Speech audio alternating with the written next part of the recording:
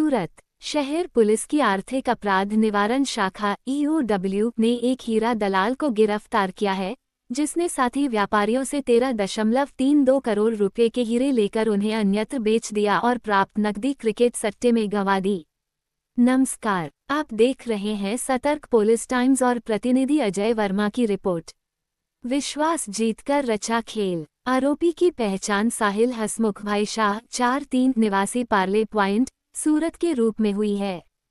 प्राथमिक जांच में सामने आया है कि आरोपी ने हीरा बाजार में वर्षों से चले आ रहे भरोसे के व्यवहार का फायदा उठाया। उसने वराछा मिनी बाजार के व्यापारियों को ये कहकर लालच दिया कि कोलकाता, हैदराबाद और मुंबई में उसकी बड़ी पार्टियां हैं।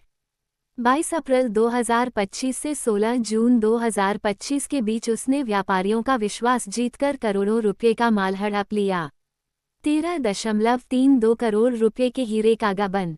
शिकायतकर्ता अल्पेश भाई शाह की फर्मों से आरोपी ने 1210.02 कैरेट हीरे लिए, जिनकी कीमत लगभग 5,86,20,000 रुपये बताई गई है।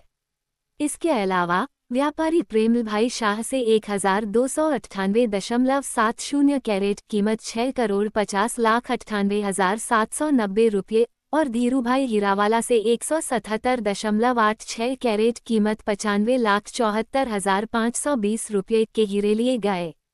इस प्रकार कुल 13,32,93,310 रुपये मूल्य के हीरों का गबन कर धोखाधड़ी किए जाने का आरोप है। क्रिकेट सट्टे में गंवाई रकम। प्राथमिक जांच में ये भी खुलासा हुआ है कि आरोपी ने हीरे बेचकर प्राप्त करोड़ों रुपए की नकदी मुंबई में क्रिकेट सट्टेबाजी में लगा दी, जहां वह पूरी रकम हार गया। पुलिस ने आरोपी के खिलाफ संबंधित धाराओं में मामला दर्ज कर आगे की जांच शुरू कर दी है। अधिकारियों का कहना है कि अन्य संभावित पीड़ितों और लेन देन की भी जांच की जा रही है। आइए जानते हैं DCP करण राज वारेला ने क्या कहा। સુરત શહેર પોલીસ ઇકોનોમિક ઓફેન્સીસ વિંગ અલગ અલગ આર્થિક રિલેટેડ જે ગુનાઓ છે એ ગુનાઓની તપાસ કરતી હોય છે। પોલીસ કમિશનર ગેહલોત સાહેબ અને જોઈન્ટ પોલીસ કમિશનર રાઘેન્દ્ર વત્સ સાહેબના માર્ગદર્શન હેઠળ અલગ અલગ આ પ્રકારની જે પણ અરજીઓ ઇકોનોમિક ઓફેન્સ વિંગમાં આવતી હોય છે એની તપાસ કરતા હોઈએ છીએ। એક અરજી અમને અલગ અલગ હીરાના વેપારીઓ પાસેથી જે લોકોની અલગ અલગ ફર્મ્સ છે એવા અલગ અલગ વેપારીઓની અમને અરજી મળેલી હતી। જે અરજી અનુસંધાને સાહિલ શાહ નામનો એક વ્યક્તિ જે હીરાના દલાલ તરીકે કામ કરે છે એ વ્યક્તિ આ અલગ અલગ હીરાના વેપારીઓને મળ્યો હતો અને આ હીરાના વેપારીઓને ગુજરાત રાજ્યની બહાર અલગ અલગ સ્ટેટ્સમાં ખાસ કરીને કલકત્તા, હૈદરાબાદ, મુંબઈ આ બધા જે શહેરો છે આ બધા શહેરોમાં હીરાની ખૂબ મોટી જરૂરિયાત છે અને આ હીરાનું જો તમે વેચાણ કરશો તો આ હીરાના વેચાણમાં તમને ખૂબ મોટો ફાયદો થશે એવો વિશ્વાસ આ વેપારીઓને અપાયો હતો અને વિશ્વાસના આધારે ટોટલ 13,32,00,000 રૂપિયાના અલગ અલગ હીરાઓ એણે આ વેપારીઓ પાસેથી લીધા હતા સાહિલ શાહે અને ત્યારબાદ આ હીરા છે એણે આગળ કલકત્તા, હૈદરાબાદ, મુંબઈ કોઈ પણ વેપારીને કંઈ આપ્યા નહીં અને બારોબાર એ પોતાના અંગત ફાયદા માટે આ હીરા એમની સ્વિંગમાં આવતાની સાથે એની પૂરોપર તપાસ કરવામાં આવી હતી અને એના અનુસંધાને સાહિલ હસમુખભાઈ શાહ વિરુદ્ધમાં ગુનાહિત છેતરપિંડીનો ગુનો દાખલ કરવામાં આવ્યો હતો। સાહિલ હસમુખભાઈ શાહ ઘણા સમયથી પોતાની ધરપકડ ટાળવા સારું છેલ્લા 2 મહિનાથી નાસ્તો ફરતો હતો અને હવે ધરપકડ કરવામાં આવી છે। ગુનાના કામે એને અરેસ્ટ કર્યા બાદ હવે એના રિમાન્ડ લેવાની આગળ કાર્યવાહી ચાલુ છે।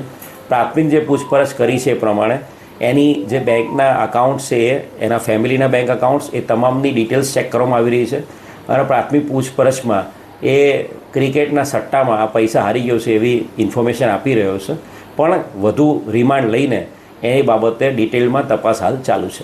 કેટલા વેપારીઓ પાસે આ હીરા લીધા હતા, કેટલા કેરેટના હીરાઓ લીધા? કુલ મળીને 3 જેટલા વેપારીઓ છે એ લોકો પાસેથી અલગ અલગ એક વેપારી પાસેથી 1298 કેરેટના હીરાઓ, એક વેપારી પાસે 177.86 કેરેટના હીરા અને એક વેપારી પાસેથી 1210 કેરેટના હીરા, એમ કુલ મળીને 6,50,000, 95,74,000 અને 5,86,000 એમ ટોટલ 13,32,00,000ના અલગ અલગ હીરા એણે આ વેપારીઓ પાસેથી લીધા હતા।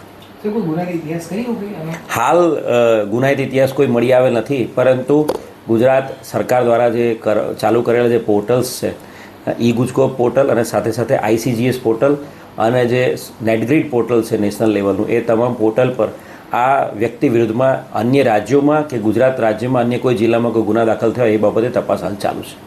सतर्क पुलिस टाइम में बने रहने के लिए चैनल को लाइक करें, शेयर करें, सब्सक्राइब करें एंड कमेंट करें।